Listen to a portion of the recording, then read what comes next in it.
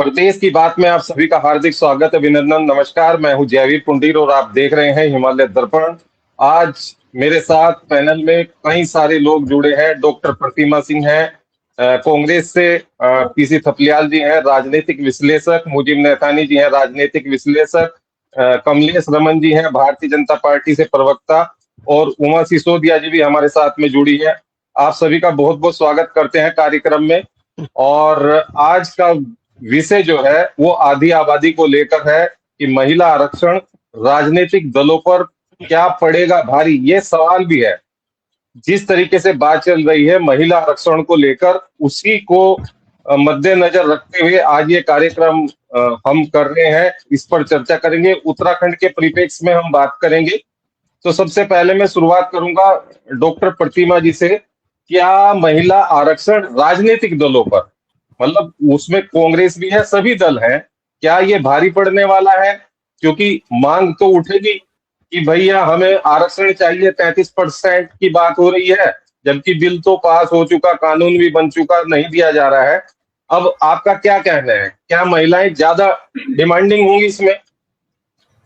देखिए, पहली बात तो ये है कि जो बिल 2023 में पास हो चुका और उसके बाद 25-26 में उसको प्रेसिडेंट की कंसेंट भी मिल चुकी, तो जब प्रेसिडेंट की कंसेंट मिल जाती है तो कोई बिल है वो लॉ बन जाता है और वो लॉ को इम्प्लीमेंट कराना सरकार की जिम्मेदारी है। लेकिन देखिए सरकार की मंशा कि सरकार ने परिसीमन जो बिल था उसको पास करवाना चाहते थे वो, और उसकी आड़ उनकी और उसको उन्होंने जो है महिला आरक्षण बिल की आड़ में लिया। एक बात बताइए, जो बिल ऑलरेडी कानून बन चुका है वो फिर नारी शक्ति वंदन आप दोबारा जो है बिल को क्यों लेके आए? क्योंकि सरकार को लगा था, बिल्कुल पता था कि विपक्ष जो है वो लोकतंत्र की हत्या नहीं होने देगा, संविधान को खुर्द नहीं होने देगा और ये बिल जरूर गिरेगा। और जो सत्ता पक्ष में बैठे लोग हैं वो इस बिल को पूरा जो गिरने का जो ठीकरा है गिराने का, वो विपक्ष पे फोड़ेंगे और विपक्ष को महिला विरोधी साबित करेंगे। लेकिन ये जो पासा है पुंडीर जी, वो उल्टा पड़ गया। अब जो आधी आबादी है वो पूरा सच समझती है, पूरा सच जानती है कि जो लोग सत्ता में बैठे हुए हैं वो आज विपक्ष के खिलाफ सड़कों पे उतरे हैं। ये बड़ा शर्मनाक है और इतिहास में पहली ही बार ऐसा हो रहा होगा। तो आधी आबादी अपना हक लेना जानती है, वो जानती है आपकी मंशा सही नहीं है। 23 में आपने ये जो ड्रामा किया और 23 में भी विपक्ष ने यही कहा कि आप जो कह रहे हैं नारी शक्ति वंदन है, महिला आरक्षण 33% जो आप देंगे, आप चुनाव से पहले उसको लेके आ रहे हैं क्योंकि महिला आरक्षण की बातें हम सर्वसम्मति से उसको पास कर देंगे, लेकिन 2034 और 35 से पहले आप उसे लागू नहीं कर पाएंगे। उस वक्त भी सरकार ने इसका खूब हल्ला मचाया और 24 में उसका लाभ उठाने की कोशिश की। और अभी भी यही था, आपने देखा कि चुनाव चल रहे थे 5 राज्यों में, उसके बावजूद भी आपने जो है ये बिल लेके आए। कई बार जो है नेता प्रतिपक्ष माननीय राहुल गांधी जी ने 2 बार लेटर लिखा मोदी जी को कि आप ये जो डेट है इसको बदल दीजिए, जब चुनाव 29 को वेस्ट बंगाल में पूरे हो जाए उसके बाद आप ये स्पेशल सेशन लेके आइए जिसमें कि इस पे चर्चा हो सकती है और फिर आगे की बात हो सकती है। लेकिन नहीं, क्योंकि उनको तो चुनाव में, हर चुनाव में आपको स्टंट करना है, हर चुनाव में आपको पीआर अपना मैनेज करना है। जनता के हित की बात आप तो करते नहीं है। आप हर संडे आ जाते हैं टेलीविजन पे, मन की बात करके अपने मन का गुबार देकर चले जाते हैं। जिस दिन नारी शक्ति वंदन, जिस दिन आपने परिसीमन बिल जो है विपक्ष ने जो है ध्वस्त करने का कार्य किया, उसके दूसरे दिन भी आपको मजबूरी में शाम को 8:30 बजे रात को आना पड़ा क्योंकि माननीय प्रियंका गांधी जी सुबह प्रेस वार्ता कर चुकी थी। उस वक्त भी आकर के आपसे आप कांग्रेस को कोसने का कार्य कर रहे थे। तो नहीं सुना किसी ने। यूट्यूब में आपने देखा होगा कि किस तरीके से जो है फॉल्स नैरेटिव सेट करने का कार्य किया गया। जब यूट्यूब पे मोदी जी ने बोलना, उनका जो चैनल है उस पर शुरू किया, तो जनता ने उनकी असलियत कमेंट्स के माध्यम से लिखना शुरू किया और भाजपा ने उन कमेंट्स को हटाने का कार्य किया। लेकिन उससे पहले कई लोग उस कमेंट की स्क्रीनशॉट ले चुके थे। तो आज जनता बड़ी समझदार है और जनता समझती है कि कौन महिलाओं का भला सोच सकता है और कौन नहीं सोच सकता। अगर वैसे प्रदेश की बात करूं तो अंकिता भंडारी हत्याकांड एक इतना बड़ा मुद्दा जो है था और एक न्याय की लड़ाई थी, एक पहाड़ की 19 साल की बेटी की न्याय की लड़ाई थी। और उनके खुद के पूर्व विधायक की धर्मपत्नी वीआईपी का नाम लेने का कार्य करती है और वो खुद इनके प्रभारी दुष्यंत गौतम है और एक व्यक्ति और का नाम सामने आता है और उसको आप देवभूमि में लेके आते हैं। उनका मंच पे स्वागत करते हैं। और जिस 33% आरक्षण बिल की बात आप करते हैं और विपक्ष को कोसने के लिए प्रेस कॉन्फ्रेंस करते हैं, दुर्भाग्य देखिए इस प्रदेश का कि उसके पीछे जो बैनर लगा होता है उसमें दुष्यंत गौतम की फोटो होती है। तो कितनी शर्मनाक बात है ये। आप अंकिता भंडारी की आत्मा को कितना दुखी कर रहे हैं, ये आप जो है समझ भी नहीं पा रहे हैं। और यही वजह है कि ये जो प्रदेश की महिलाएं हैं वो 2027 में इस बात का बदला जो है धामी सरकार से जरूर लेगी। चलिए 27 तो अभी दूर है, थोड़ा अभी समय लगेगा। उमा जी हमारे साथ में, आजकल किसी राजनीतिक दल में नहीं है, न्यूट्रल है। क्या राजनीतिक दलों पर इसका दबाव पड़ेगा? भले ही ये कानून अभी लागू नहीं हुआ है, परिसीमन की वजह से अटका है या किसी भी वजह से अटका है, लेकिन लागू नहीं हो पाया, बन तो गया है कानून, लेकिन 33% आरक्षण की बात नहीं हो पा रही है। महिलाएं तो करेंगी, थोड़ा सा दबाव तो बनाएंगे अपने अपने राजनीतिक दलों पर। आपको क्या लग रहा है? जयवीर भाई, सबसे पहले तो मैं आपको ये बता दूं कि मैं आम आदमी पार्टी में ही हूँ। वो बात ठीक है कि मैं कुछ अपने पारिवारिक कामों में थोड़ा सा बिजी थी, तो बहुत ज्यादा मैं टाइम नहीं दे पाई। लेकिन ऐसा नहीं, मैं जब भी आपने बुलाया तो मैं हमेशा डिबेट पर भी आई हूँ, पार्टी के कार्यक्रमों में भी लगातार जाती रही हूँ। जयवीर भाई देखिए, जो अभी प्रतिमा जी ने कहा, आम आदमी पार्टी उसका समर्थन करती है, सिर्फ इस वजह से नहीं कि हम गठबंधन में है, लेकिन इस वजह से भी कि जब वो बिल हमारे चाहे जो राज्यसभा में, लोकसभा में हमारे चाहे कम हमारे एमपी थे वहां पे, लेकिन हमारे चाहे एक भी एमपी था तो उसने भी नारी वंदन बिल का जो है समर्थन किया। 2023 में जब ये बिल पटल पर रखा गया तो 400 वोटों के साथ ये बिल जो है ये जीत गया, ये बिल पास हो गया, ये बिल कानून हो गया। और आज जो नाटकबाजी, नौटंकी मैं तो कहना चाहूंगी, बहुत अच्छा शब्द मैं कहूंगी कि जो आज जो नौटंकी इस समय चल रही है बीजेपी की, कि प्रधानमंत्री मोदी पूरी मतलब आदरणीय प्रधानमंत्री जी हमारे मोदी जी इस समय तो मतलब एक्टिंग का जो उन्होंने एक नया स्कूल, एक नया प्रतिमान जो उन्होंने अपनी एक्टिंग के रखे हैं, मैं तो सैल्यूट करती हूँ कि जो हमारे बड़े बड़े एक्टर हैं और खासतौर पे अमिताभ बच्चन जी को भी उनसे कुछ टिप्स लेने चाहिए। इतनी मतलब कारुणिक शब्दों के साथ आके वो 8:30 बजे फिर वो प्रकट होते हैं मीडिया टीवी के सामने, लोगों के सामने, इतनी करुणा के साथ वो आके बोलते हैं कि भाई मतलब हेड्स ऑफ है। मतलब ये उनकी जो एक्टिंग का जो नया रूप हमने देखा है उसमें भी वो पारंगत है, एक्टिंग में भी। मैं उनको 100 में से 100 नंबर बिल्कुल मैं देना चाहूंगी। जयवीर भाई, जब हम कानून बना चुके हैं 2023 में, जब नारी वंदन बिल पास कर चुके हैं, सब कुछ हम लोग कर चुके हैं, उसके बाद इस बिल को सिर्फ और सिर्फ नाटकबाजी करना, सिर्फ और सिर्फ सबको पता था कि बिल जो है ये बिना परिसीमन के आप लोग लेकर आए हैं, परिसीमन की कहीं कोई बात नहीं हुई। पहले भी ये हुआ था कि नया परिसीमन होगा और उसके बाद इस बिल को पेश किया जाएगा। वो परिसीमन ना करके आपने सिर्फ ये कह देना कि भाई हाँ ठीक है, हम लोग इसकी सीटें बढ़ा देते हैं, 800-700 सीटें कर देते हैं, इतनी सीटें कर देते हैं और इसको हम पास करते हैं। कोई मंशा सरकार की महिलाओं को सम्मान देने की नहीं थी।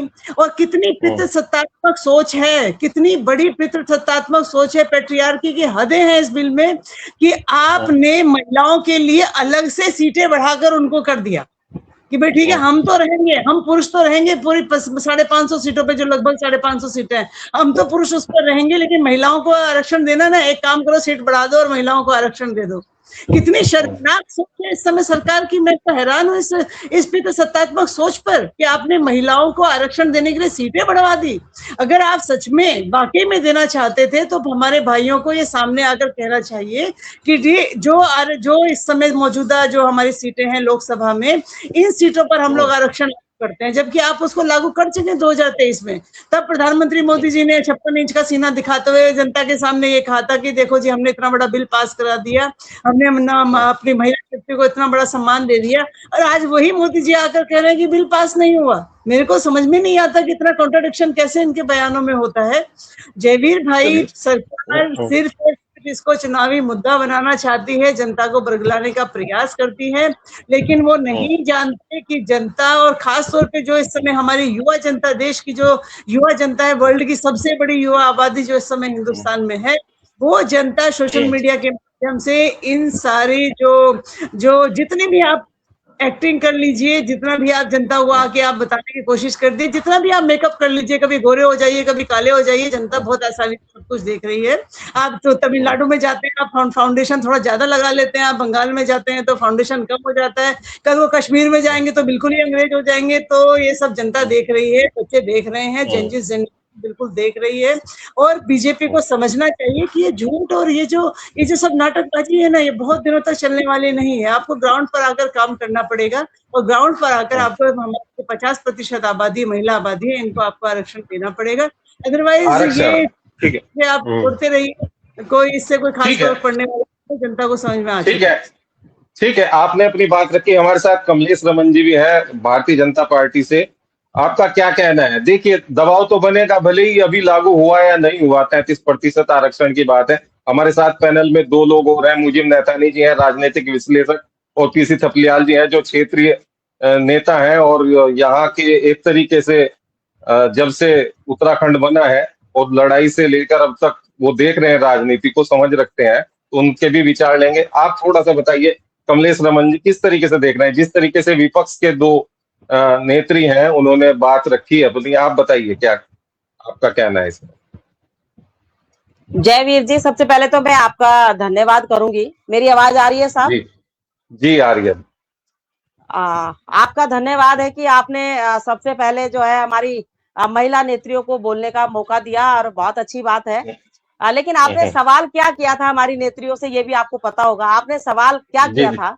आपने सवाल ये किया हमारी दोनों बहनों से, मुझसे भी वही किया आपने दोनों बहनों से सवाल किया कि राजनीति में आरक्षण तो मिल ही जाएगा, लेकिन दबाव भी पड़ेगा राजनीतिक तौर पर, क्योंकि आपका जो आज का टाइटल है वो क्या है पोस्टर का, वो यही है कि क्या राजनीतिक दलों के ऊपर भार पड़ेगा महिलाओं का, यानी कि जब आरक्षण होगा तो महिला ज्यादा से ज्यादा टिकट मांगेंगी। ये आपका सार है आज के डिबेट का।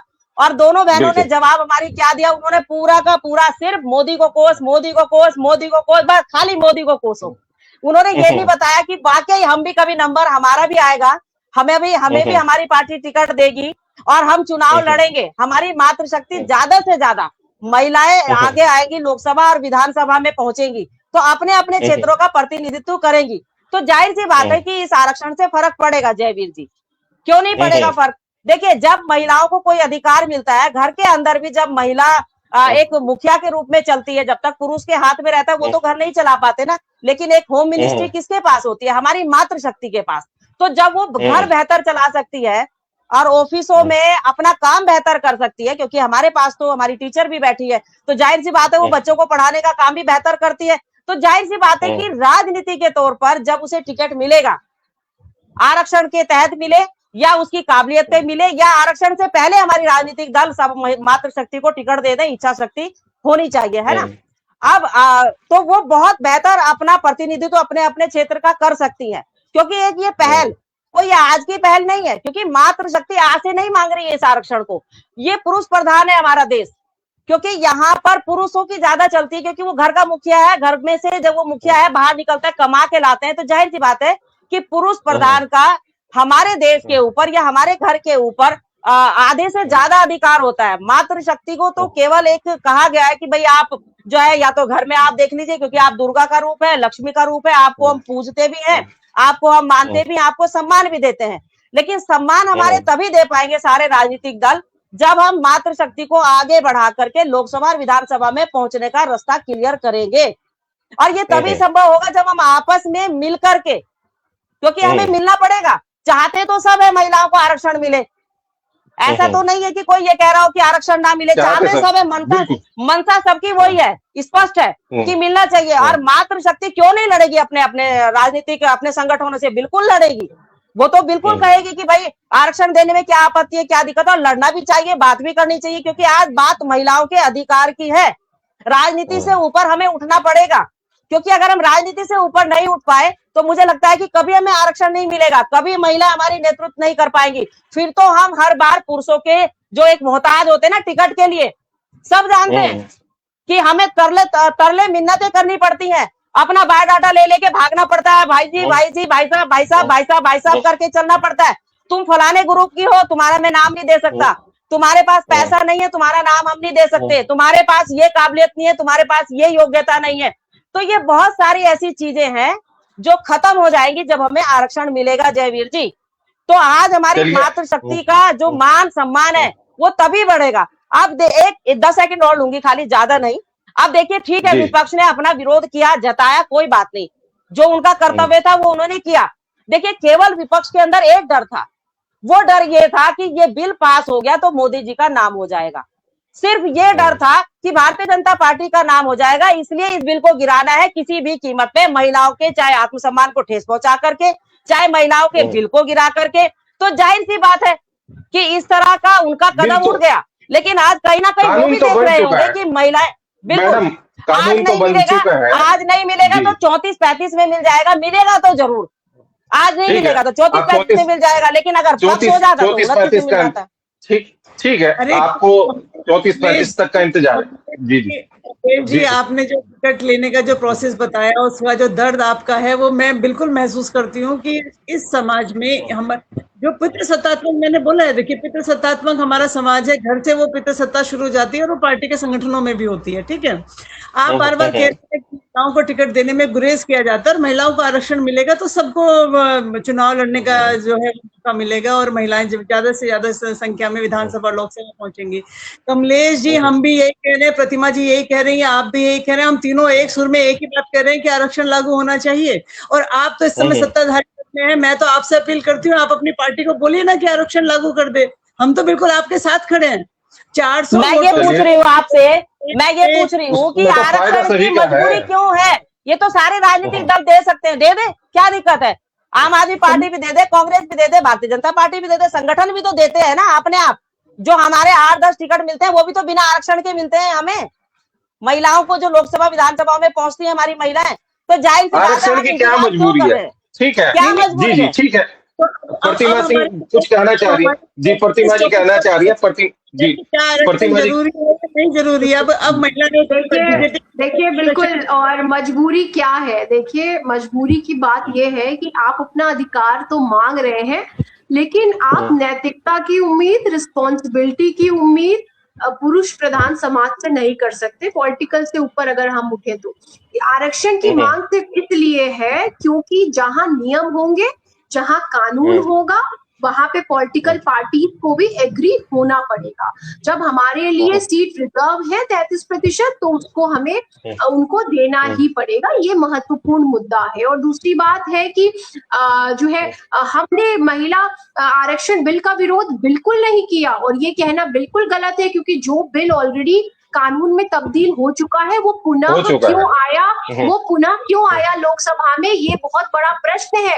हमने परिसीमन का विरोध किया, विपक्ष ने परिसीमन का विरोध किया, क्योंकि परिसीमन से आप परिसीमन बिल ला करके आर्टिकल 82 ऑफ द कॉन्स्टिट्यूशन को अमेंड करना चाहते थे, जिसके तहत उस परिसीमन को आप कोर्ट में भी चैलेंज नहीं कर सकते थे।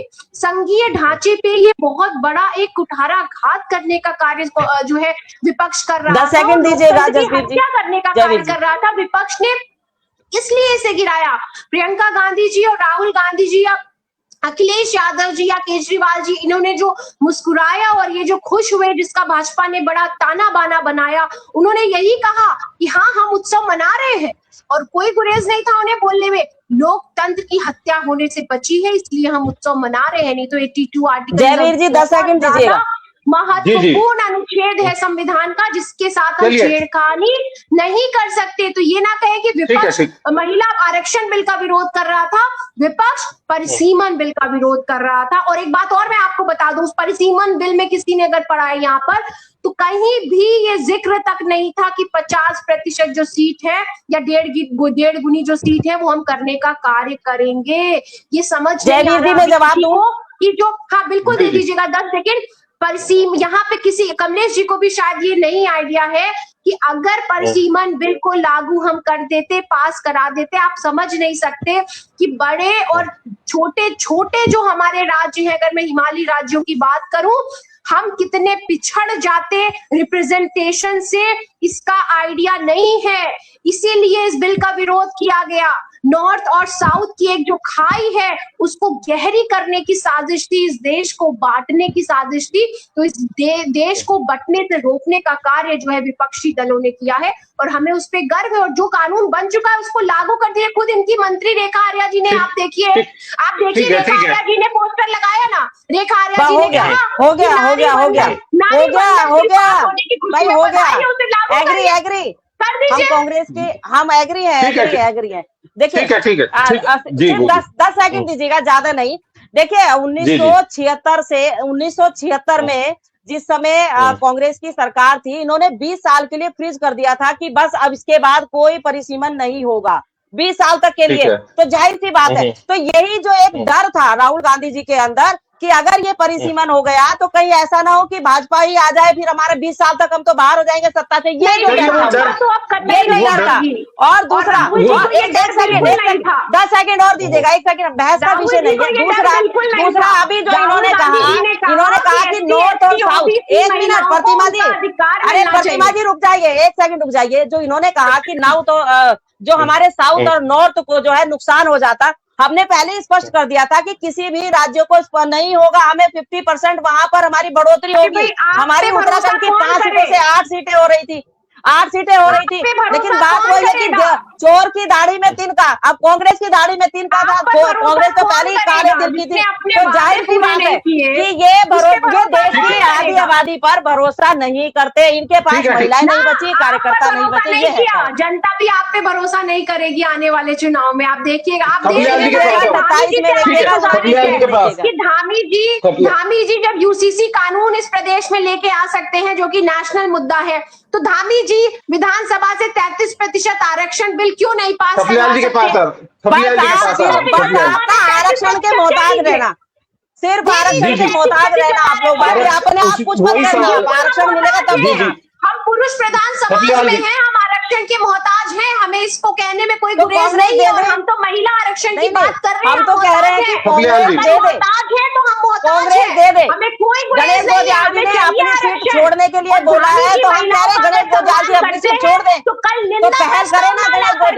अरे ऐसे फालतू बोलने से नहीं होता ना। ऐसे के बजाय आप 33% आरक्षण बिल विधानसभा में पास करिए, विपक्ष को कोसने का काम ना करके कल विशेष सत्र में 33% आरक्षण बिल पास करने का कार्य करिए, तब मानेंगे कि आप बेटी बचाओ बेटी पढ़ाओ। आप गणेश गोजाल जी को घोषणा कर देना, अपनी सीट को छोड़ दें। गणेश गोजाल जी को कहिए कि वो अपनी सीट महिला को दे दे, अब चुनाव ना लड़े विधायक का, क्योंकि सांसद का लड़ लिए ना वो, तो दे दे महिला को। उन्होंने घोषणा करी है, बहुत अच्छी बात है, बहुत अच्छी बात है। देखिए फिर वही बात है कि आरक्षण में आ जाए तो मैं लूंगा। आप भी तो यही कर रहे हैं, आपने कहा 543 में नहीं देंगे, 543 में नहीं देंगे, 815 करेंगे फिर देंगे। बिल्कुल 815 में देंगे, हम 815 में ही देंगे, तभी नंबर आएगा तुम्हारा। नहीं तो नंबर नहीं आता। प्रतिमा सिंह मेहनत करती रहो, इनके पीछे पीछे नारे लगाते रहो, इनके पीछे नारे लगाओ, इनकी दरिया में जाओ खाली। तो प्रतिमा का नंबर कभी नहीं आने वाला, कभी नहीं आने वाला। प्रतिमा बचा रहे हैं आप, माइक म्यूट कीजिए। आज भी पुरुषों को बचा रहे हैं, पुरुषों की सीट ना जाए इसलिए महिलाओं के लिए बढ़ा दी जाए। खपलियाल जी के पास प्रतिमा जी 1 मिनट रुक जाइए। खपलियाल जी बैठे हैं, मुजीब नेतानी जी बैठे हैं। आरक्षण के बिना भी महिलाओं को प्रतिनिधित्व नहीं दिया जा सकता, जबकि बढ़ रहा है प्रतिनिधित्व। ऐसा नहीं है कि नहीं बढ़ रहा है। अगर पार्टियां चाहें या उन पर दबाव बनेगा, महिला जो भी कार्यकर्ता है तो उनका दबाव तो बनेगा। इस वाले इलेक्शन में 27 में आपको क्या लग रहा है, किस तरीके से देखते हैं? बिना आरक्षण के भी प्रतिनिधित्व तो दिया जा सकता है या नहीं दिया जा रहा? मेरे से पूछ रहे आप? जी जी जी, मैं ये कह रहा हूं कि जब जिला पंचायतों के चुनाव में आपने देखा होगा कि माननीय भुवन चंद खडूरी जी ये लाए थे और 33% आरक्षण पंचायतों में महिलाओं को मिला। उस समय किसी ने भी ये मूर्खतापूर्ण बात नहीं की होगी कि साहब हम महिलाओं का ये 33% एक्स्ट्रा करेंगे। देखिए, आप सबसे बड़ा जो षड्यंत्र रचा जा रहा है, कौरवी षड्यंत्र, उससे पूरा देश आहत है। कहीं भी तुम बोल रहे हो कि सब बोल रहे हैं, सबको मालूम है कि 2023 में 20 सितंबर 2023 में महिला आरक्षण बिल पारित हो गया। अब जो ईमानदार सरकार होती तो वो शुरू हो गया था आरक्षण। 543 सीट में 33%, जैसे पंचायतों में माननीय खंडूरी जी ने दिया, वैसे यहाँ पे भी 33% महिलाओं को आरक्षण पाकर वही चुनाव लड़ती, 24 में लड़ती। लेकिन जो षड्यंत्रकारी गुजरात से आए हैं, ये देश को चैन से नहीं रहने दे रहे जब से ये आए हैं। इन्होंने नहीं तो प्रधानमंत्री का काम है कि एक राज्यों में जगह जगह जाकर अंट संट बकना, कभी किस तरह की ऐसी ओ दीदी बंगाल में आपने देखा होगा उस महिला को, जो महिला एक झोपड़ी में रहती है, चप्पलों में चलती है, एक आदर्श है, उसको गलियाना का काम जो गैंग करता हो, उस गैंग के प्रति मेरा सम्मान खत्म हो चुका है। कई बार मैं सोचता हूं कि कैसे लोग हैं, कैसा प्रधानमंत्री। देखो इस समय जो ईस्ट इंडिया कंपनी कभी आई थी हिंदुस्तान में, अंग्रेजों ने, उन्होंने भी इस तरह की लूट नहीं मचाई थी जो गुजरात एंड कंपनी ने पूरे देश में। देखो 18 एयरपोर्ट से फौजें बाहर हो गई हैं, अडानी की फोर्स चले, लोगों को अभी पता नहीं है। जिस दिन पूरी तौर से, क्योंकि अभी मीडिया नियंत्रण कर रखा है, कार्यपालिका नियंत्रण में है, नहीं तो अगर ये काम परिसीमन का बात संसद में ला रहे हैं, ये काम तो चुनाव आयोग का होना चाहिए। परिसीमन चुनाव आयोग का काम है और उसने वो 543 में 33% महिलाओं का करना है। लेकिन इन्होंने क्या तहलका मचाया हुआ है। और निंदा प्रस्ताव, ये परंपरा कितनी गंदी है कि एक राज्य में विधानसभा बुलाई जा रही है कि क्या है जी, निंदा प्रस्ताव, और उसके बाद तय हो गया है कि शाम को महिलाएं मसाल जुलूस निकालेंगी। अरे जिन महिलाओं ने अपनी सर्वोच्च कुर्बानी देकर इस राज्य को हासिल किया है, उनकी नुमाइश से पार्टी ये कौरवों ने खत्म कर दिया उनका सम्मान। उनकी मजबूरी का फायदा उठा रहे हैं। वैसे भी हमें 5 किलो राशन का लाइन में खड़ा कर दिया हमारी माताओं को, और आज जब राम मंदिर बना, हमारी माताओं को ट्रेन में भर भर के, इनको यूपी की अन्य जगह से महिलाएं नहीं मिली, हमारी महिलाओं को। और हमारी महिलाओं को किस तरह से इन्होंने बनंतरा में जो प्रयोग किया, अनिता हमारी एक बेटी ने, जिसने की पर्दा पास कर दिया इन दैत्यों का, ये इस तरह के दैत्य है, और उन दैत्यों को छुपाने का काम कर रहा है मुख्यमंत्री। और उस समय मतलब ये लोग, अभी जैसे मैडम ने कहा कि जी हमारी पार्टी तो दे रही है, कमलेश्वर मैडम सत्तासीन पार्टी से है, वो बोल रही कि हम दे रहे हैं। लेकिन कल कांग्रेस ने कटघरे में खड़ा करके रख दिया भारतीय जनता पार्टी को कि बोलो कि अब 2027 में 33% आरक्षण देंगे। बद्रीनाथ को साक्षी करके उन्होंने कहा है, बद्रीनाथ के मंदिर में उसके मोदी के बदले की पूजा करके लोगों को किस तरह मर गए लोग इतनी भीड़ में, क्या जरूरत थी? कौन सी पूजा इसने मोदी के बदले वहां बद्रीनाथ में की? ऐसा गुस्सा आता है, ये सैनिक पुत्र नहीं, ये मालूम नहीं क्या है जो मेरे राज्य के लोगों के साथ मजाक कर रहा है, मजाक। अब पहला मुख्यमंत्री देखिए आप, और वहां बंगाल में चुनाव में क्या बोल के आया कि साहब वो बंगालियों को हम यहाँ पे करेंगे एडजस्ट, जिनको कभी पूर्वी पाकिस्तानी और पश्चिमी पाकिस्तानी कहा जाता था। यानी ये जो चाहे इनका राज है, और अगर हम मुसलमान का नाम ले दें तो पगला जाते हैं। मतलब क्या, व्हाट डज इट, क्या करना चाह रहा है ये मेरी समझ से परे है। और मेरी ख्याल से मुजीब नैथानी जी बढ़िया बताएंगे कि करना क्या चाह रहा है इस राज्य में, कितनी बड़ी मजाक कर रहा है। और नैथानी जी के पास ही आ रहे हैं, नैथानी जी के पास ही आ रहे हैं। नैथानी जी, सवाल जो है हमारा वो यही है, क्या दबाव बनेगा इसका, भले ही आरक्षण लागू हो या ना हो? भाई लागू होगा तो फिर तो मजबूरी हो जाएगी, बिना लागू हुए भी अब ये दबाव महिलाएं डाल सकती हैं अपने अपने दलों पर कि हमें टिकट देना चाहिए। अभी जैसे कांग्रेस ने कहा कि भाई आप यहाँ कर दीजिए, पार्टी स्तर पर ही कर दीजिए कि भाई 33% आरक्षण देंगे। क्या कांग्रेस भी आरक्षण दे सकती है इस तरीके से? अगर वो भाजपा के पाले में गेंद फेंक दे रहे हैं और भाजपा वाले कांग्रेस के पाले में गेंद फेंक दे रहे हैं कि आप करिए, तो पहल कौन करेगा? और बिना आरक्षण दिए क्या महिलाओं को प्रतिनिधित्व नहीं दिया जाएगा? आवाज आ रही है मेरी? हाँ जी आ रही है। देखिए, पहले तो बिल्कुल साफ कर देना चाहूंगा कि हम किसी भी प्रकार के आरक्षण के विरोधी हैं, और जो आज ये बिल्कुल। उत्तराखंड बना है वो आरक्षण की विरोध की आग में ही बन पाया। दूसरी बात यह है कि हमने जितने भी आरक्षण दिए हैं उनकी आप जब भी समीक्षा करेंगे तो ये पाएंगे कि आरक्षण से ये देश कम से कम 200-300 साल पीछे चला गया है। आरक्षण के आधार पे जितने भी उच्च वर्गों में प्रमोशन हुए या लोग बैठे हैं, उन्होंने उस पूरे सिस्टम को डी कैटेगरी बिल्कुल धीमा कर दिया, क्योंकि वो उन्हें खुद समझ में नहीं आता, वो पढ़ नहीं पा रहे हैं चीजों को, वो समझ नहीं पा रहे। एक नैनीताल हाईकोर्ट का आदेश, आरक्षित श्रेणी के अधिकारी, मैं बिल्कुल आपके चैनल में कह रहा हूं, आरक्षित श्रेणी के अधिकारी उस आदेश को समझ नहीं पा रहे।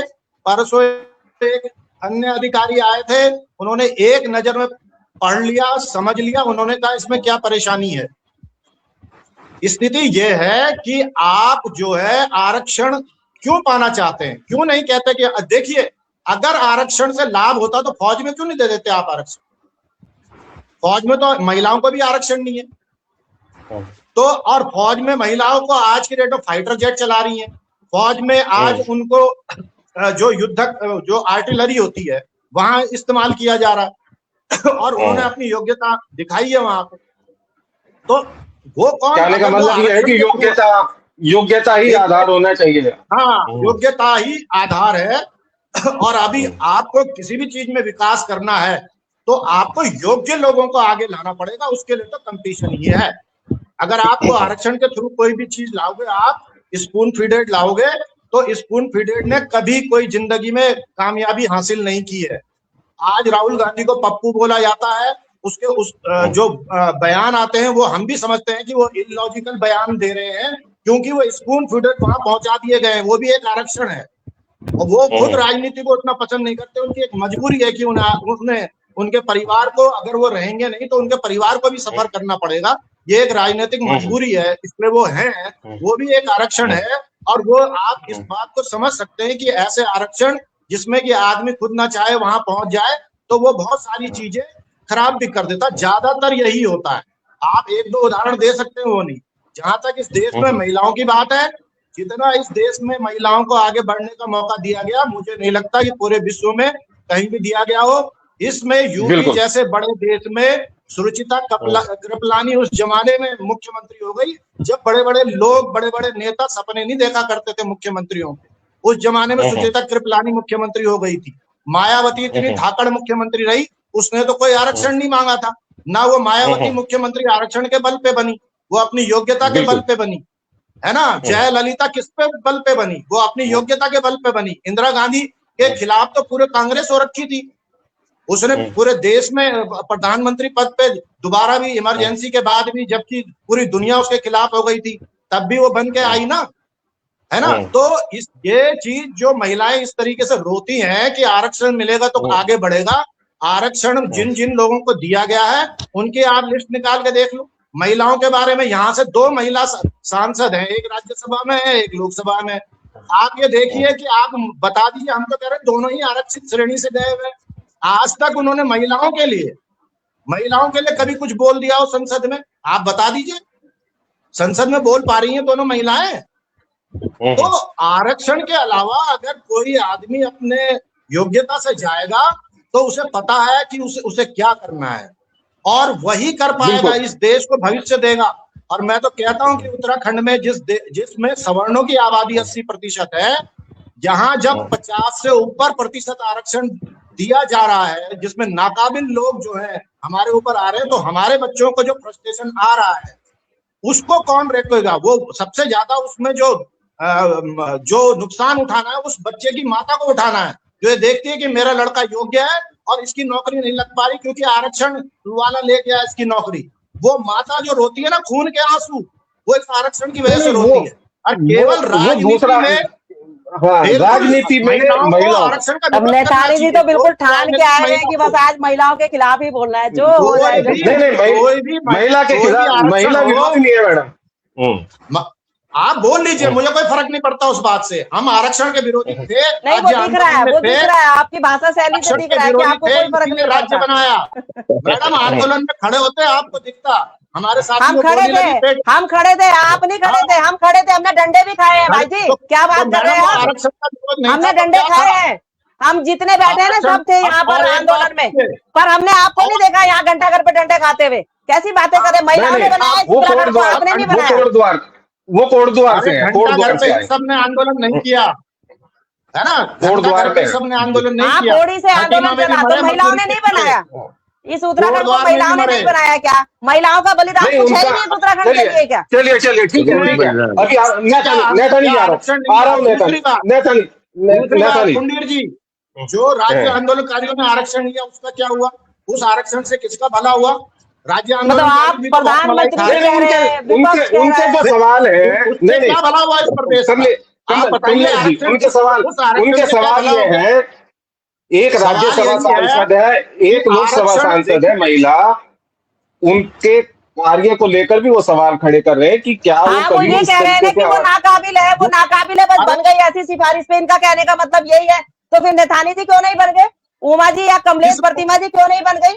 बताइए आप। मतलब आप महिलाएं अगर आगे बढ़ जाए तो वो नाकाबिल है, वो ऐसे ही चली गई बिना आरक्षण के, या ऐसे क्यों चली गई, ऐसे क्यों चली गई, वैसे क्यों चली गई? भाई थोड़ा सा महिला प्रदेश में बैठे हो आप, जहाँ महिलाओं ने इस उत्तराखंड को बनाया उस प्रदेश में हो आप, इंदिरा गांधी और आप बिल्कुल महिला विरोधी हो। ये तो आपकी भावना से हमें समझ में आ गया। अरे मैं हूँ, हम तो खुद कह रहे हैं, हम तो खुद कह रहे हैं कि बदकिस्मती है हमारी कि हम नहीं बन पा रहे हैं। कौन? अरे हमें प्रधानमंत्री नहीं बनना, इंदिरा गांधी काबिल थी, बनी कि नहीं बनी? आप बन भी नहीं सकते, ऐसी सोच वाले कभी नहीं बन पाएंगे, ऐसी सोच वाले कभी नहीं बन पाएंगे। आप प्रधान भी नहीं बन पाओगे, कैसी बातें कर रहे हो आप? सुचिता कृपलानी वो चुनाव नहीं लड़ रहे। मुझीब भाई बिल्कुल सुना है, मायावती नहीं बनी। चलिए उमा जी कहना चाहते, उमा जी के पास वो पुरुष हो, वो पानी डूब गया है, पानी के आगे की बात कर रहे हैं। देश आगे बढ़ेगा और आरक्षण से बढ़ेगा। और ये आरक्षण लाया क्यों गया? आपको इस बात की कोई शर्म नहीं है? तो आप अम्बेडकर जी, आप कह रहे हैं कि जो अम्बेडकर जी ने आरक्षण दिया वो गलत था? अम्बेडकर जी को कह रहे हैं आप? बिल्कुल कह रहा हूँ, नहीं, आरक्षण गलत है। जिस संविधान के साथ आप चल रहे हैं, जिस संविधान के साथ आप चल रहे हैं वो गलत है। जिस संविधान के साथ आप नौकरी करते हैं वो गलत है। मैडम आप दूसरी साइड में जा रहे हैं, आप दूसरी साइड में जा रहे हैं। सुनिए, ध्यान रखिए, संविधान में नहीं है। आप ऐसी मानसिकता के लोगों को आप चैनल पे बिठा लेते हो। बताओ, केवल महिला आरक्षण की बात हो रही है, संविधान महिला आरक्षण की बात दिया गया है, सब समान है। अगर तो संविधान आप ऐसे ही दे दो हमें, हम क्या मना कर रहे हैं आपको? आप दे दो हमें। मैडम संविधान में देते होंगे। नहीं है, नेता नहीं, महिला। जी बोलिए। ये तो महिलाओं को अपने घर में भी देते होंगे सम्मान। फिर देखिए रिजर्वेशन, देखिए मैं एक बात बताऊं, 1 सेकेंड 10 सेकेंड दीजिए मुझे। देखिए रिजर्वेशन की बात हो रही है, आरक्षण की, किसी भी तरीके के आरक्षण का मुझे लगता है खुल इस तरीके से विरोध करना बिल्कुल उचित नहीं है। बिकॉज आप समझिए, जब तक हम एक व्यक्ति को, मैं बिल्कुल आपका सशक्त सम्मान आपसे ये बात बोल रही हूँ, हम जब तक किसी व्यक्ति को एक मेन स्ट्रीम में लाकर नहीं छोड़ेंगे, उसके बाद उसको उस कंपटीशन में नहीं लेके आएंगे, तब तक देश का संविधान जो है, मुझे लगता है आप संविधान का सम्मान नहीं कर पाएंगे। और मैं एक छोटी सी बात बता दूं, आपने क्योंकि संविधान का जिक्र किया है, आर्टिकल 15 और 16 ऑफ द कॉन्स्टिट्यूशन, 14, 15, मैं तो कहती हूँ 14 को भी मैं इंक्लूड करूंगी, जो कि इक्वालिटी की बात करता है, वो इक्वालिटी की बात भी करता है। और 15, 16 वो ये भी कहता है, सरकार की ये जिम्मेदारी बनती है, अगर वो महिलाओं के प्रति या ऐसे वर्ग के प्रति जो दबा और कुचला हुआ है, सोशली और एजुकेशनली बैकवर्ड है, अगर कोई अलग से रूल बनाना चाहता है, उनको कोई प्रावधान देना चाहता है, तो सरकार ऐसा कर सकती है। यही बात लेकर के डॉक्टर भीमराव अंबेडकर साहब ने, जो ड्राफ्टिंग कमेटी के चेयरमैन बनाए गए थे, उन्होंने देखा, उन्होंने क्या सहा क्या नहीं सहा, ये आपके और हमारे समक्ष है। जब हम में और आप में किसी बच्चे को, हमारे खुद के बच्चों को अगर स्कूल में जो है क्लास से बाहर निकाल करके और ऐसी जगह बैठा दिया जाए, हमारे बच्चे का पढ़ने का मन है वो पढ़ नहीं पा रहा है, पानी पीने का मन है वो पानी पी नहीं पा रहा है, तो मुझे लगता है सालों का जो दंश है, उस दंश को अगर आप एक इक्वल, एक मेन स्ट्रीम में ला करके कम करने की जो कोशिशें हैं सरकार की, उसको इस तरीके से मुझे लगता है बातें करके आप बेमानी बना रहे हैं, तो ये गलत है। एक दंश आपने पढ़ा है, आपने इतिहास भी पढ़ा है, आप बहुत मुझे लगता है बुद्धिमान व्यक्ति हैं जो आप इस तरीके की बात कर रहे हैं। इतिहास भी गवाह है कि क्या किसने झेला है, क्या किसने नहीं झेला है। अगर मैं दलितों की बात करूं, शोषितों की बात करूं, आप दूसरी साइड ले जा रहे हैं, मैं किसी से ऐसे नहीं बोलती, but you are wrong this time. जिसने 100 साल, जिसने आज भी इस देश में ऐसी जगहें हैं जहां पे दलितों से कहा जाता है कि वो दूसरों का मल उठा करके सफाई करे। आपके साथ हुआ है कभी ऐसा? आप बताइए। मैं खुद नहीं आती उस कम्युनिटी से, लेकिन मेरे अंदर दर्द है क्योंकि मैं पढ़ी लिखी व्यक्ति हूँ, मुझे वो दर्द पता है। आपको नहीं है, हम झेल रहे हैं। जो आप पता है, आपने गटर में जाके सफाई की है, आपको पता है एक व्यक्ति के घर में जब सीवेज के अंदर जाकर सेप्टिक टैंक में जब कोई व्यक्ति जाता है, उसकी मृत्यु हो जाती है, मना कर दीजिए। कर्मचारी के परिवार पे क्या बीतती है आपको पता है। आपने कभी सफाई की है? मैडम, आपको पता है टॉयलेट में जाके आपने सफाई अब आपकी सोच देख लीजिए तो बिल्कुल आप अपने महिलाओं को सम्मान नहीं दे पा रहे होंगे भाई। कानून बना हुआ आपको बेकार की 70 सालों में अगर आप कुछ नहीं कर पाए, आज भी ये बता रहा है कि आरक्षण किसी की सीट नहीं लेता। आपके बच्चे, हमारे बच्चे, मैं खुद एक सवर्ण परिवार से आती हूँ, मेरी सीट कोई नहीं ले सकता। जब हमारी सीट नहीं भी ले सकते थे, सुन लीजिए, आप भटक रहे हैं। जब 70 सालों में आप दोहरा चरित्र प्रतिमा जी,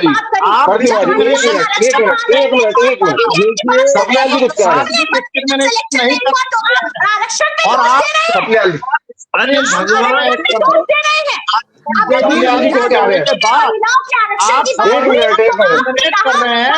यही आरक्षण की गड़बड़ी है और इसका विरोध होना चाहिए। धन्यवाद। पढ़ के आइए आप कानून। 70 संविधान को नहीं पुरानी बात कर रहे हैं। आप 100 साल पुरानी बात कर रहे हैं। प्रतिमा जी, आप 70 सालों में संविधान लागू है, कानून लागू है, और आप जो है कि मुझे पढ़ना चाहिए। आपकी सोच क्यों पढ़ना चाहिए? आपकी सोच गंदी है। महिलाओं के आरक्षण की बात हो रही है तो आप कह रहे काबिलियत भी होनी चाहिए। आपके बच्चे का सिलेक्शन नहीं हुआ तो आप कह रहे आरक्षण का विरोध? मेरे बच्चे का वो कह रहे हैं इस देश में योग्यता को बर्बाद कर देगा, और जो बर्बाद हो रहे हैं, योग्य लोगों को नौकरियां नहीं मिल रही हैं। बातों में कॉन्ट्राडिक्शन है। मैं कभी किसी से ऐसे बात नहीं तो आप अपने अंदर काबिलियत लेकर आओ ना। नेतानी जी, आप अपने अंदर आपके अंदर काबिलियत है तो निकल जाओगे, आप बाहर आ जाओगे। आप अपने बच्चों के अंदर काबिलियत लाओ ना। फिर आप जो आप कह रहे हो कि काबिलियत नहीं है महिलाओं के अंदर, आप लाओ ना काबिलियत अपने बच्चों के अंदर। ये प्रोग्राम कहाँ मना कर रहे हैं? महिला आरक्षण को लेकर हर युग में हमें जो है ये परीक्षा देनी पड़ेगी कि महिलाओं में काबिलियत है कि नहीं है। रामायण में सीता को देनी पड़ी, महाभारत में द्रौपदी को देनी पड़ी। हमें हर युग में जो है परीक्षा देनी पड़ेगी। आप जैसे लोगों की वजह से, आप लोगों की वजह से हर युग में महिला को जो है परीक्षा देनी पड़ती है नेतानी जी, क्योंकि आपकी सोच ही ऐसी है। आप छोटी सोच लेकर के बैठे हैं यहाँ पर। आप छोटी सोच लेकर के बैठे, सबके अपने अपने, मैडम सबके अपने, जी सबके अपनी अपनी सोच है। जी किस कह रहे हैं? जी बताइए। इस समय अपनी सोच है जयवीर जी, लेकिन कुछ सोच का असर जनता पे पड़ता है। आप अगर अपने चैनल पे बैठकर बोल रहे हैं और वो अगर महिला विरोधी, दलित विरोधी, शोषितों के खिलाफ बात कर रहे हैं, आपने जवाब दे दिया, आपने जवाब दे दिया, आपने मैडम आपने जवाब दे दिया। आप होते कौन है? आपने जवाब दे दिया नेतानी जी, बाबा भीमराव अम्बेडकर जी के संविधान को चैलेंज करने वाले आपने जवाब दे दिया ना, आपने जवाब दे दिया था। मतलब पूरा देश उनके संविधान पर चलता है, पूरा देश उनके संविधान पर चलता है और आप उनके संविधान को चैलेंज कर रहे हैं। कभी भी नहीं सोच देता जी जी SC हमारी एक्ट कोई कोई दलित नहीं लगाता, कोई दलित ऐसे हमारा एक्ट नहीं लगाता जब तक आप छेड़ते नहीं हो उनको। मैडम महिला आरक्षण पे बात हो रही है जी, कैसे लगाया, वो कुछ ये कहना चाह रहे दूसरा हैं। कैसे लगाया इन पे SC एक्ट बताइए जयवीर आप। जी, और ये लगाया हुआ हाँ जी, हाँ SC जी। एक्ट। और चलिए मैं- छोड़िए, ये बहस का गलती विषय नहीं है, आपके साथ आपकी किसी ने सोच वहाँ हमने पे देख बोल लिया, आपके दिया बहस तो का विषय गिरफ्तारी नहीं हो जा रही है। है। और आप जैसे लोगों जी, के जी। साथ में बहस करना अपने आप को छोटा बनाना है। कल जी, का कपिलाल जी, थोड़ा बहुत यही महत्वपूर्ण सवाल दिवस है और कल के मुद्दा हमारा आज की डिबेट का प्रमुख मुद्दा था। यानी कल जो जी। तारीख है, जो हमारी एक विधानसभा बुलाई गई है और एक ऐसे सब्जेक्ट के लिए कि उत्तराखंड जो देवभूमि है, हम अपनी हमारी माताएं जो हमारी स्त्री वर्ग है, जो हमारा उत्तराखंड में हम देखते हैं, ये देवी स्वरूपेण मातृशक्ति उत्तराखंड की मैं इतना प्राउड महसूस करता हूं कि हमको इन्होंने किस तरह से हमें माताओं ने हमें पाला, जबकि हमारे जो पुरुष वर्ग है नौकरियों में बाहर रहे, सीमाओं में रहे, सैनिक बहुल्य क्षेत्र है, और इस राज्य की इकोनॉमी हमारी माताओं ने अपनी मुट्ठी में लेकर हमें पालते हुए इतना मजबूत किया कि इनके प्रति एक शब्द अपमान का हम नहीं सुन सकते। अगर हम ये सोचें कि हमारी महिलाएं अयोग्य हैं तो मेरे लिए नरक में भी जगह नहीं है, क्योंकि मातृशक्ति जिन माओं के स्तन से दूध नहीं, पी के बात अयोग्य की नहीं है सर, अयोग्य की बात नहीं है, योग्य तो बहुत है, बहुत सारे लोग योग्य हैं। प्लीज। मैं ये कह रहा अवसर हूँ, मिलने की बात है, अवसर दिया जा रहा है या नहीं दिया जा रहा है। देखिए बहुत धन्यवाद। चले गए मैं चुनाव में देश में सिर्फ देखो एक जी। महिला मुख्यमंत्री इस समय है, पूरे देश में एक महिला मुख्यमंत्री। हमारे यहाँ संसद में महिलाएं जो है ईरान से भी कम है, पाकिस्तान से भी कम है, बांग्लादेश से भी कम है। हम हैं कहाँ? और ये व्यक्ति बोलकर गए हैं कि इंडिया में सबसे ज्यादा महिलाओं को आगे बढ़ाने का काम किया गया। कौन सी सदी की मानसिकता के साथ मुजीब जी यहाँ पर। जयवीर भाई, मुझे आपकी मतलब मुझे हैरानी है कि आपने इस तरह के व्यक्ति को और आज सबसे बड़ी बात ये है कि महिलाएं आरक्षण मांग रही है तो उन्होंने कहा कि काबिलियत है तो आगे बढ़िए, लेकिन हाँ। उसका बच्चा अगर सेलेक्ट नहीं हो रहा है नहीं, तो ये कह रहे हैं देखिए, कि ये आरक्षण में उनका दोष है। अपना, देखिए पैनल में आप बैठे हैं, आप अपने विचार रख रहे हैं, थपलियाल जी अपने रख रहे हैं, मुजीब मेहता जी बिल्कुल, but उन्होंने ऐसी- अपने लेकिन विचार हम- रखे हैं। लेकिन हम ठीक है, ऐसे विचार सबके नहीं विचार रख रहे एक कि जैसे नहीं लोगों- होंगे ना, जयवीर जी, हम सबके ऐसे विचार एक जैसे नहीं रख होंगे। रहे। हम चारों के चारों बैठे हैं ना, हम ऐसे कोई विचार नहीं रख रहे कि समाज में हमारे शब्दों से कोई गलत विचारधारा पहुंचे, भाई- लेकिन वो तो बिल्कुल जहर घोल रहे हैं बैठ के भाई, जयवीर जी, सीधा सीधा। मेरी एक जी, जी। इच्छा है जयवीर जी, मैं बहुत, क्योंकि 25 साल से यहाँ का जो पुरुष प्रधान समाज था, पुरुष प्रधान राजनीति थी, उसने हमें गर्त में डाल दिया है।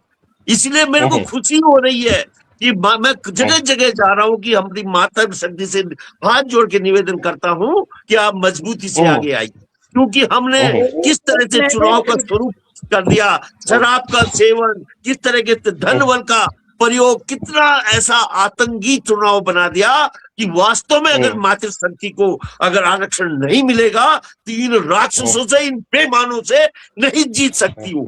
इसलिए ये आरक्षण बहुत महत्वपूर्ण है, और इस बहुत राज्य के महत्वपूर्ण है। लिए तो इतना महत्वपूर्ण है कि यहाँ को अगर बचाना है उत्तराखंड को, नहीं तो बेच देंगे।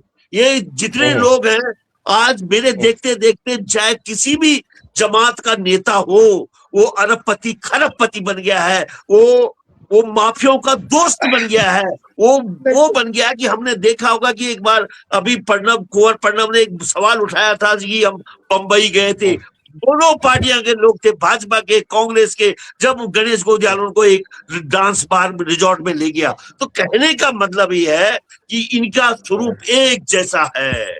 जो भी इन्होंने अगर इनका स्वरूप अच्छा होता तो आज 42 सालों के बाद मिला हुआ राज्य चलो भाई।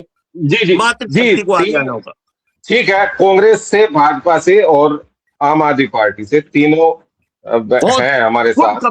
तो वेरी गुड। अब केवल सवाल यह है कि आरक्षण अगर लागू नहीं हुआ समय से, 2027 के चुनाव जैसे आ रहे हैं, क्या आप लोग अपनी अपनी पार्टियों पर दबाव बनाएंगे कि महिलाओं का प्रतिनिधित्व पिछली बार की अपेक्षा इस बार बढ़ाया जाए? भले ही 33% ना हो, लेकिन संख्या बढ़नी चाहिए। क्या आप दबाव बनाएंगे? आपका क्या कहना है? एक मिनट के लिए बस आप, प्रतिमा जी से पहला सवाल। प्रतिमा जी का फोन आ रहा है, उमा जी के पास जा रहे हैं जी। जैसे भाई आपका जो प्रश्न है वो बिल्कुल सही है, और जब मुझे पहली बार इस डिबेट पे कुछ दिन पहले जब बुलाया गया, मैंने सबसे पहले अपने जो उसमें कहा, मैंने यही बोला कि मैं अपील करती हूँ आम आदमी पार्टी से, बीजेपी से, कांग्रेस से, समाजवादी पार्टी, बसपा, सपा, सब पार्टियों से मैं अपील करती हूँ कि आरक्षण का जो बिल है ये पास हो ना हो, हर पार्टी को अपने ये बिल पास कर देना चाहिए कि हम अपनी महिला नेत्रियों को 33% का आरक्षण देते हैं। हम देखिए आधी आबादी मतलब आप ये समझ लीजिए कि आधा जो हमारी जो महिलाएं हैं वो कहीं पर भी नहीं है। संसद में हम लोग कितने परसेंट है, मैंने बताया अभी, ईरान से भी कम है हम लोग, पाकिस्तान से भी कम है, बांग्लादेश से भी कम है, और कहने के लिए हम लोग विश्व की सबसे बड़ी आबादी वाला मुल्क है, और हमारे महिला को कहीं कोई रिप्रेजेंटेशन नहीं। मैं कमलेश जी की बात से भी सहमत हूँ। मैंने कहा कि ठीक है, बिना आरक्षण के नहीं हो सकता, बिना आरक्षण को आरक्षण की जरूरत हो जाए। आरक्षण की जरूरत कमलेश जी इस समय आपको भी है और हमें भी है।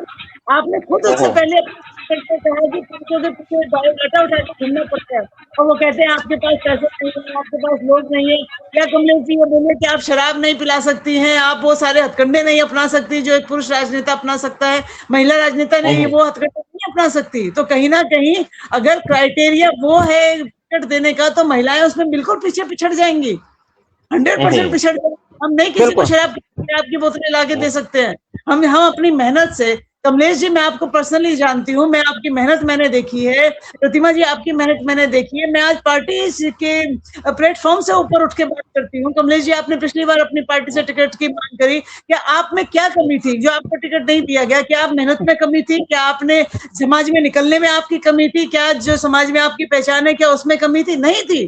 कमी होती है तो सिर्फ कि पैसा नहीं है, जिताऊ चाहिए। जिताऊ किस लिए चाहिए? कि शराब बांटी जा सके, रुपये बांटे जा सके, लोगों के बीच में जाके झंडे डंडे प्रचार किया जा सके, जो सिर्फ मतलब फेक प्रचार जो होता है, चाहे उसको उस पुरुष नेता को चाहे लोग जानते ना हो उतनी अच्छी तरह जितना कमलेश जी को, प्रतिमा जी को लोग जानते हैं, लेकिन वहां पर महिलाएं पीछे हो जाती है। मुझे मेरा गुस्सा इस बात का है, हम लोग फेयर नहीं लड़ रहे। हमारी दौड़ इस तरह की, हमें पहले परिवार भी देखना है, हमें अपने बच्चे भी देखने हैं, हमें ससुर भी देखने हैं, हमें अपने घर के कुत्ते बिल्लियां भी देखने हैं, हमें अपने घर के गमले भी देखने हैं, हमें पड़ोसी अड़ोसी के आना जाना भी देखना है, हमें रिश्तेदारों की शादियां भी देखनी है, हमें उनके बच्चों के बर्थडे भी देखने हैं, हमें वो सब कुछ मैनेज करते हुए राजनीति भी देखनी है। हम लोग बराबर के प्लेटफॉर्म पर स्टार्टिंग ही नहीं, हमारा स्टार्टिंग पॉइंट ही अलग है।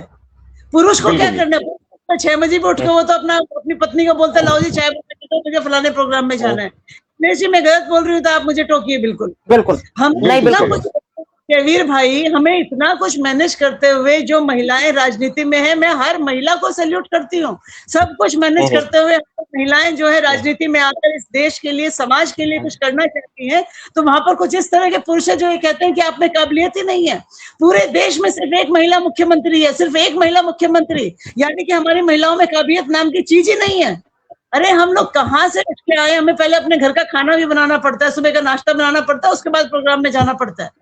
ये क्या, और सबसे बड़ी बात उमा जी, जिस मातृशक्ति ने पुरुष को जन्म दिया वो कह रहा है उसमें काबिलियत नहीं है। बताओ, मतलब हद हो गई है। जिसने सृष्टि रच दी, जिसने पूरी सृष्टि रच दी, वो कह रहे उसमें काबिलियत नहीं है। देखिए जयवीर भाई, ये वाकई ये सही बात है कि हर दल में जब महिलाएं होती है, काम करती है, तो वो दबाव भी बनाती है अपनी पार्टी के ऊपर और कहती भी है कि हमें टिकट चाहिए, हमें भी काबिलियत है। उमा जी बिल्कुल इस बात को सही कह रही है।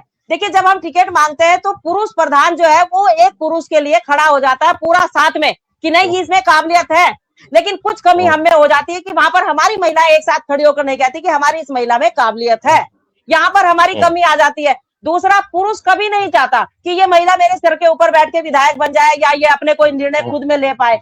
आपने देखा होगा इतने चाहे प्रधान बने, चाहे पंचायत में बीडीसी बने, पार्षद बने, लगातार देखने को मिलता है जगह जगह कि भाई प्रधान बनेगी पत्नी और पति जो है प्रतिनिधि के रूप में उनके कागज लिए फिरते रहते हैं। तो इसके लिए हमें आत्मनिर्भर बनने की बहुत आवश्यकता है। हमारी उस मातृशक्ति को जिसको भी मौका मिले उसको अपनी काबिलियत दिखानी चाहिए। और कंपटीशन बहुत है, ये कंपटीशन महिलाओं में नहीं या पुरुषों में नहीं, बल्कि ये कंपटीशन हमें कितनी इस देश को आगे ले जाने वाला है, ये कंपटीशन है, इसको हमें करना भी चाहिए, सबको करना चाहिए। बहुत सही बात जी। प्रतिमा जी देखिए बिल्कुल, का दबाव बनाना बिल्कुल दबाव बनाने की बात है, और दबाव इस बात का भी होना चाहिए, चाहे भाजपा हो, कांग्रेस हो, आम आदमी पार्टी हो, दबाव इस बात का भी होना चाहिए कि महिला मतलब महिला कार्यकर्ता, महिला मतलब वो महिला नहीं कि पति तो राजनीति में है, पत्नी घर पे है और उसके बावजूद ना धरना, ना प्रदर्शन, ना जिंदाबाद, ना मुर्दाबाद, ना धूप में जलना, ना जो है अपने आप को कष्ट देना, ना अपने बच्चों को पीछे छोड़ के आप जो है पार्टी के लिए समर्पित कार्यकर्ता की तरह कार्य करना। लेकिन क्योंकि पति है वहां, पिता है वहां, कोई और है वहां, तो इसलिए आपको सब लोगों के ऊपर रखा जाएगा। तो ये एक दबाव बनाने के साथ साथ महिलाओं के लिए प्लस महिला कार्यकर्ता की बात, और मैंने ये बात आज नहीं, कमलेश जी के साथ मैंने काम किया हुआ है, उन्हें भी ये बात पता है कि मैंने मुखरता से इस बात को सदैव उठाया है। भले ही जब आप सच बोलते हैं तो बहुत सारे लोग आपके पीछे पड़ जाते हैं, मुझे उससे कोई फर्क नहीं पड़ता, लेकिन मैंने सदैव इस बात की है कि जो आम कार्यकर्ता है उसका सदैव सम्मान होना चाहिए, और महिलाओं का सम्मान तो खासकर होना चाहिए, खासकर वो कार्यकर्ता महिलाएं जो सच में अपने पैरों पे अपनी काबिलियत से आज उस जगह पर, उस पार्टी में, उस मुकाम पे पहुंची हैं, किसी की बैसाखी के सहारे नहीं पहुंची है। हमें आज भी अगर स्टेज पे आगे जाकर के किसी से मिलना होता है तो हमें अपनी काबिलियत दिखानी पड़ती है। हमें कोई हाथ पकड़ के नहीं लाता कि ये जी उनके बेटे, उनकी बेटी है, उनके बहू है, उनके रिश्तेदार है, उनके वो है, ऐसे नहीं। हमें आज भी मेहनत करके जाना पड़ता है और बताना पड़ता है जी मैं डॉक्टर प्रतिमा सिंह हूँ, स्टेट स्पोक्स पर्सन हूँ या लॉ की प्रोफेसर हूँ। हमें ऐसे, हमें नहीं कोई हाथ पकड़ के मिलवाता। तो ये भी लड़ाई है, दो लड़ाइयां एक साथ महिलाओं को लड़नी पड़ती हैं, और लड़ेंगे बिल्कुल। अपनी पार्टी पे दबाव बनाने का कार्य जो है कर रहे हैं सारी महिलाएं, और मुझे लगता है कि सरकार पास करे ना करे, बट ऐसा दबाव आधी आबादी का होगा कि राजनीतिक दलों को आपको 33% आरक्षण देना पड़ेगा। आम कार्यकर्ता जो महिलाएं हैं उनको, ऐसा नहीं कि मैं इनकी पार्टी में भी बोलूंगी कि सिर्फ राजलक्ष्मी शाह ही नहीं टीडी को रिप्रेजेंट कर सकती हैं, और भी लोग कर सकते हैं।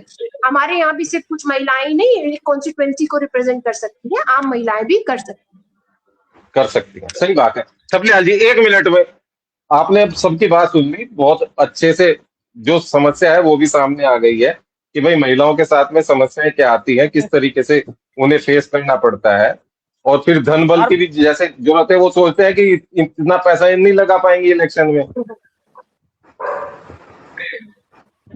माइक म्यूट है आपका, माइक म्यूट है।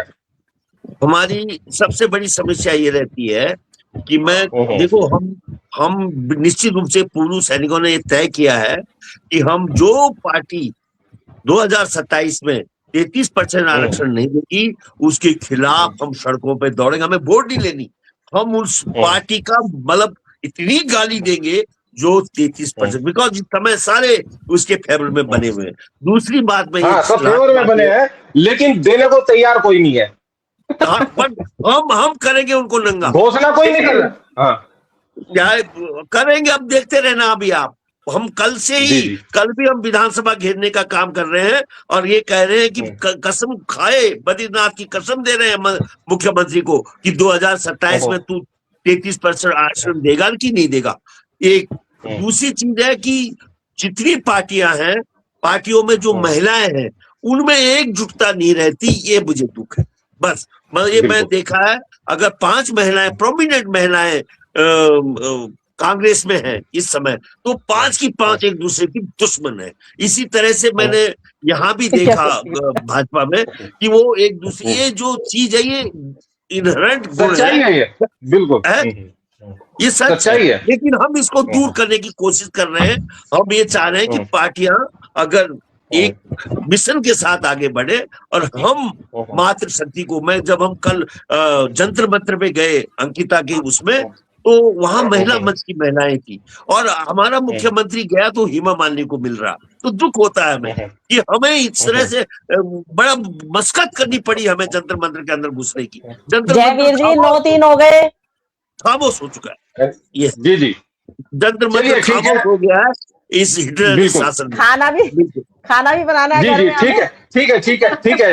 तो महिला आरक्षण को लेकर आज ये चर्चा हमने रखी है, आगे भी अनेक मुद्दों पर हम प्रदेश की बात करेंगे। जी मैडम, कुछ कहना चाह रहे हैं? जी बिल्कुल, मैं कहना चाहती हूँ जी, मुझे भी खाना बनाना है, प्रतिमा जी आपको भी बनाना है। जी समापन कर रहा हूँ, बिल्कुल सही बात है। इतना हम, चलिए ठीक है। इतना मल्टीटास्किंग करते हैं कि पुरुष सोच भी नहीं सकते कि महिला नेत्रियां कितने मोर्चों पर एक साथ बैलेंस बना रही होती है। एक साथ, बिल्कुल बिल्कुल सही बात। आज का जो कार्यक्रम है वो महिला आरक्षण को लेकर था, और आगे भी हम प्रदेश की बात में अनेक मुद्दों पर बातचीत करेंगे। आप सभी का मैं धन्यवाद करता हूँ हमारे साथ जुड़ने के लिए। नमस्कार, जय उत्तराखंड, जय देव। जय चलो।